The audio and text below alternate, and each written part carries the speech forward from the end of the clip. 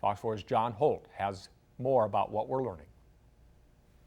What we're learning is that the pending criminal sex abuse charges represent a small part of what Wisner faces. New sex abuse complaints, federal lawsuits, and ongoing investigations. What we're also learning is the impact beyond the paperwork, the toll on the soldiers who swore to protect and defend, their scars of war on the home front.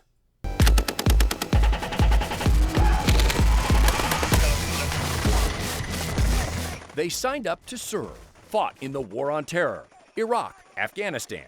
Little did they know when they came home with post-traumatic stress disorder and other war wounds. Little did they know their toughest battle would be at home. At the one place they wanted to trust, in the hands of a brother they say they came to trust. We went in there, we trusted him. He's prior service. Says, hey, I'm also a doctor, I'm here to take care of you.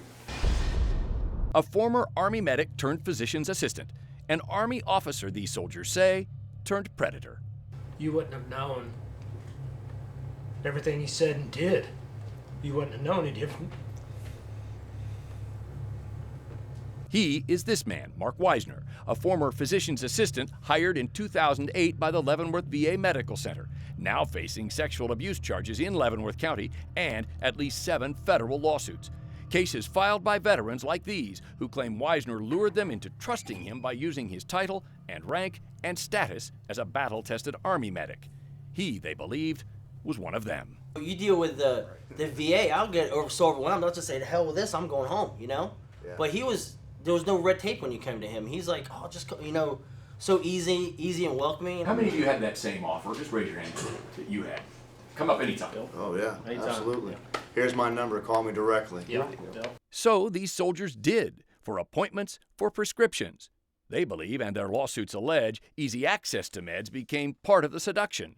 But with that easy access came regular exams that over time didn't add up.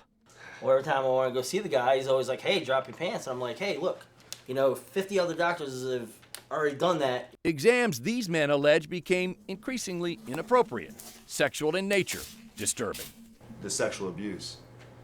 It was, did he really just touch me that way? Was that necessary? Did he not have gloves on? Over time, their confusion led to questions. Questions led to confrontations. But they all say no answers from the VA. And I brought it up to my case manager. And I'm like, this is a little excessive. And, I was like, isn't this a little excessive? And she was like, oh, no. And it was to the point where she got him shut the door. She shut the door so no one out in the hallway would hear. But VA special agents did hear from Wisner himself. As part of the Leavenworth County criminal investigations, court documents reveal Wisner admitted during a January 2015 interview with the agents that he was excessive in his genital exams and was not able to stop himself before he touches these young men. Men he admits were chosen because they were attractive.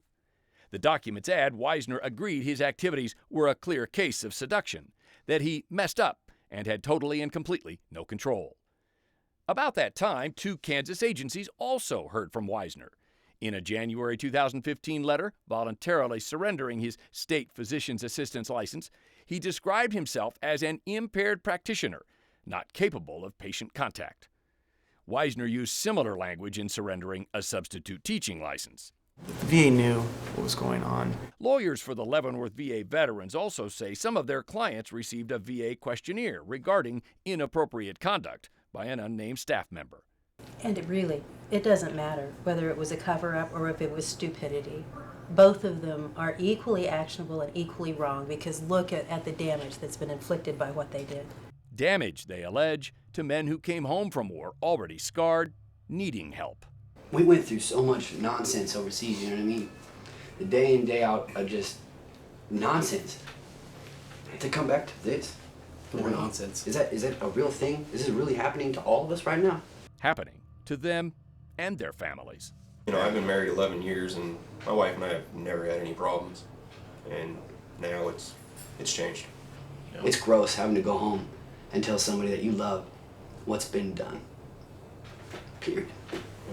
And for some, the guilt of not speaking out sooner to protect a brother who also saw Wisner and these brothers.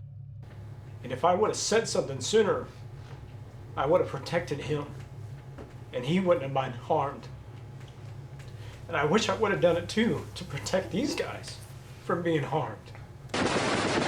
They fought for the country they're now suing, speaking up now so others won't have to carry their pain and guilt later. One of the soldiers OD'd and he can't be here with us. Yeah. He can't. Nobody will ever know what happened to him. You fighting for him? That's exactly what I'm fighting for. And all these guys. And his parents and his mom. Yep. And it's just. We're gotta losing our brothers, and we're not going to do that anymore.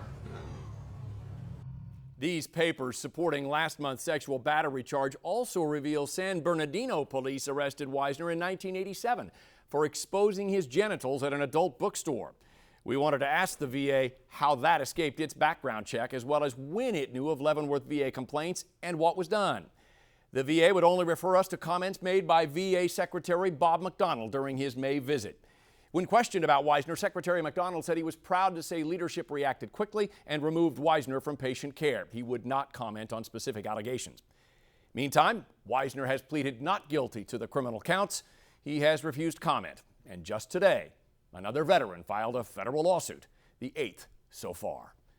John Holt, Fox 4 News, working for you.